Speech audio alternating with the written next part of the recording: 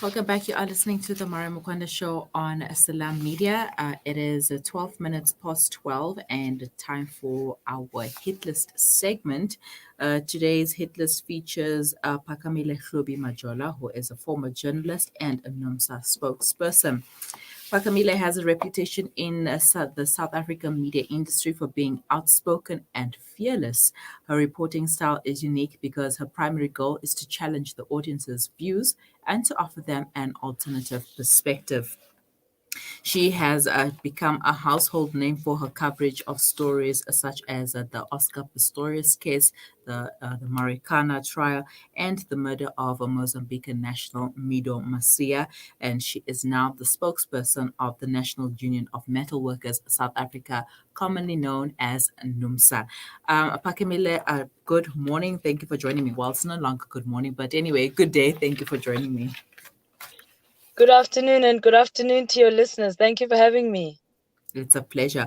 All right. So, when did your journey begin in journalism and leading to up to this moment right now, where you are the spokesperson for NUMSA? Well, my journey in journalism actually began in 2010, I think, because that was when I actually got my very first official journalism gig. In 2009, I was working at a community radio station in Parktown called Radio Today, and I was producing a current affairs show with Brooks Spector. And then one time they asked me to go and cover the women in media. There was a women in media event for which was being hosted, and Radio Today wanted to focus on that. So I went there and I interviewed some really incredible media editors and personalities. And when I was interviewing the editor-in-chief of Eyewitness News then, who was Katie Catapodis, she just said, after the interview, she said, won't you please come to my office and interview for a job? So that's actually how I got in. Um, but it's been a very interesting journey. I got into the space very late in my life. I was 29 when I chose to pursue my passion after working in corporate in human resources. And it was a risk I took, and I'm glad it paid off. Because from there, I went from Eyewitness News, I went to ENCA, and then ultimately I now work for a trade union. It's been a very eventful journey, a very difficult journey. There were many, many challenges and many battles, some of them public, which I also endured. But I think it was definitely worth it. Mm-hmm. Very public indeed. The letter that you wrote when you resigned from ENCA. Okay, we're not going to get into too much detail about that, but did you face any injustices and indignities as a Black woman in the media space? I did. From the moment I started working in mainstream media, I felt an attack on my personhood as a Black person. I feel that the South African media space, especially mainstream media, is very untransformed. I feel that their Mm-hmm. values, generally speaking, are anti-Black and very patriarchal. One of the biggest battles that I endured was when I was at ENCA. As journalists, we had been pushing for a change in the company's dress code policy, which we felt was very racist and Mm-hmm. patriarchal and outdated. The dress code policy was explicit that we were not allowed to wear dukes on air. And we felt that that was very, very racist, actually, and exclusionary, because it would have meant that Black women couldn't fully express who they were in this country and on this continent. And I um, wouldn't and that have been able Muslim to. women, Hmm. yeah, and that Muslim women would be excluded from being on air for wearing their headscarves. So we opposed that, and what was really saddening about my experience there was our greatest opposition was from a Black executive, a woman, who Mm. was the one who was actually our biggest obstacle. But the work that we did there as employees by exposing the company and making sure that the world knew what we were dealing with so that we could change that policy It was a very powerful moment, I felt, particularly in a space where there's many people don't critique South African media enough, and I think they really should, because because media houses are very powerful instruments in terms of how they influence the narrative and how they present certain values. And if you don't challenge those values, because sometimes those values are racist or discriminatory, then you are just reinforcing a discrimination and bigotry. And we all have a responsibility, especially those of us who work in the media, to push those boundaries and make sure that the doors are open for all of us at all times. Should be a free for all. You were recognized by the Mozambican government for your reportage of the Mido Masia case, and also honored with an award from the former president, Joachim Chissano. How did that make you feel?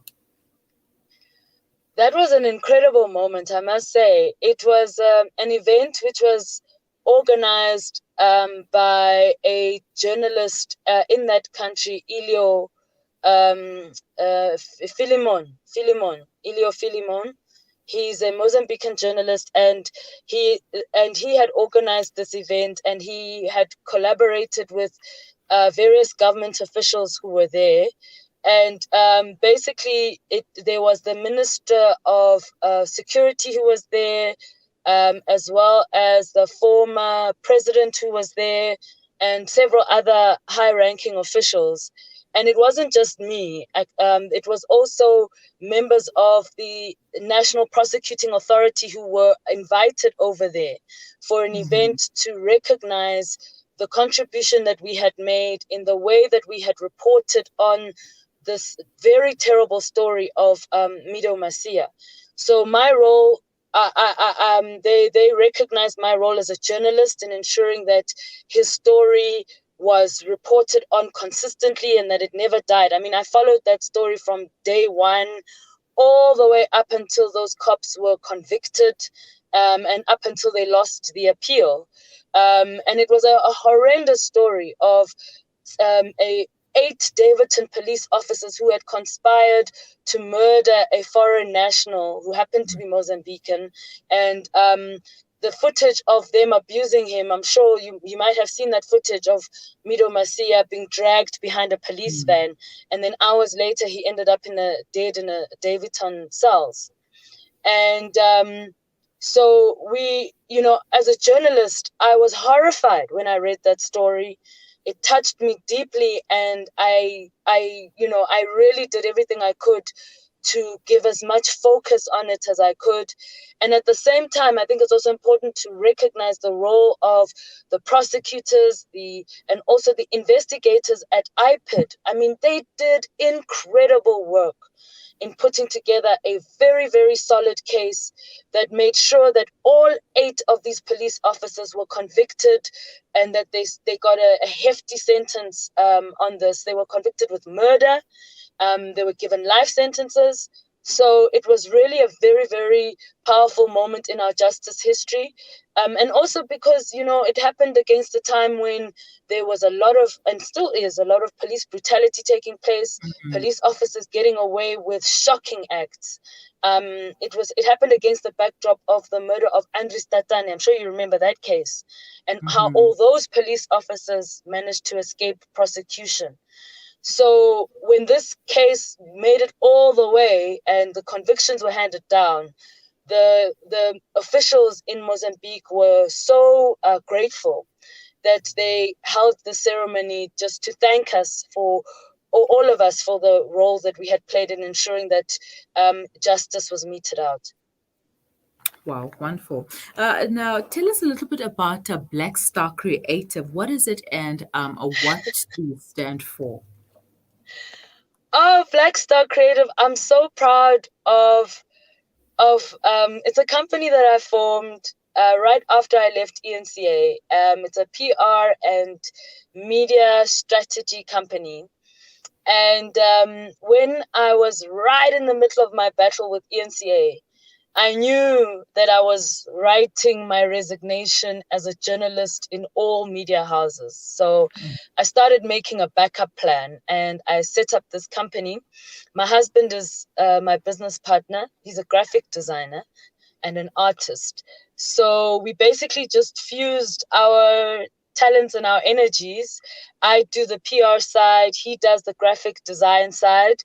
And it's a company that specializes in social media marketing, and we also do PR strategies for different companies.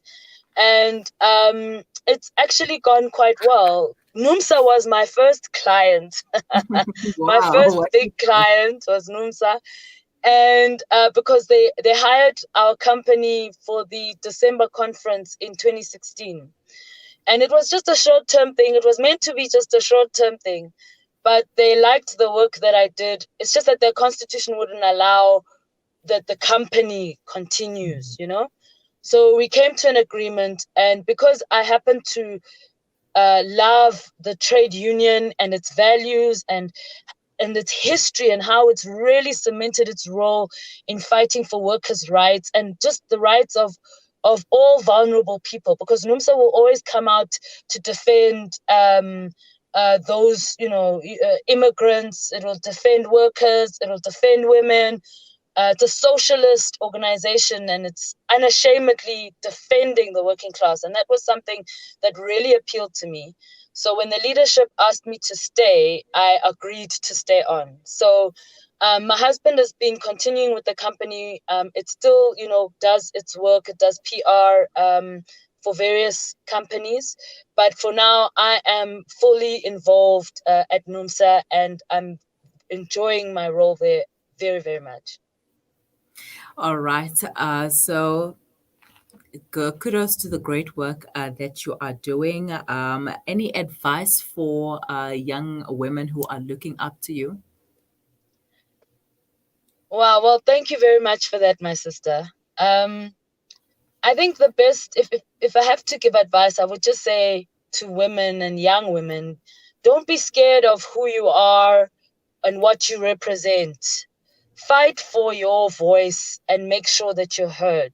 Um, I think you get one chance, you get one shot at this life, and you need to make sure it's a meaningful life. And don't allow yourself to be bullied. Don't allow yourself to be silenced. You're much, much stronger than you realize. And I learn that about myself every day. And I think women are very, very, very powerful, very powerful. Patriarchy has lied to us. Religion and culture has lied to us. We know ourselves. We know when we dig down deep, and I think we should just do that more often and be fearless. We can change this world. When we do that, we always make positive changes. And so I believe very much in women power and women leadership, and in our role to improve society, because we are nurturers. It's what we do. Hmm. And as the saying goes, you don't know how a woman is like a tea bag. You won't know how strong she is until you put her in hot water. And Absolutely, you don't know. And you might regret. oh, definitely. All right, Phakamiles, it has been a pleasure chatting to you. But that's all the time that we have for now. But have a wonderful day. Thank you so much. Thank you for having me. I really enjoyed this conversation. Thank you. Pleasure. Bye bye. Bye. Right, so that was Phakamile Hlubi Majola, who is a former journalist and the spokesperson for NUMSA, the National Union of Metal Workers South Africa, chatting to us on the hit list today, taking us through her journey in journalism, as well as being the spokesperson for NUMSA and some of the struggles and challenges that she has faced along that journey. And women empowerment, support one another, and we can make a great impact together as a women, because alone we are nothing, but together we are something, an impact. Do stay with us. We will be right back after the break.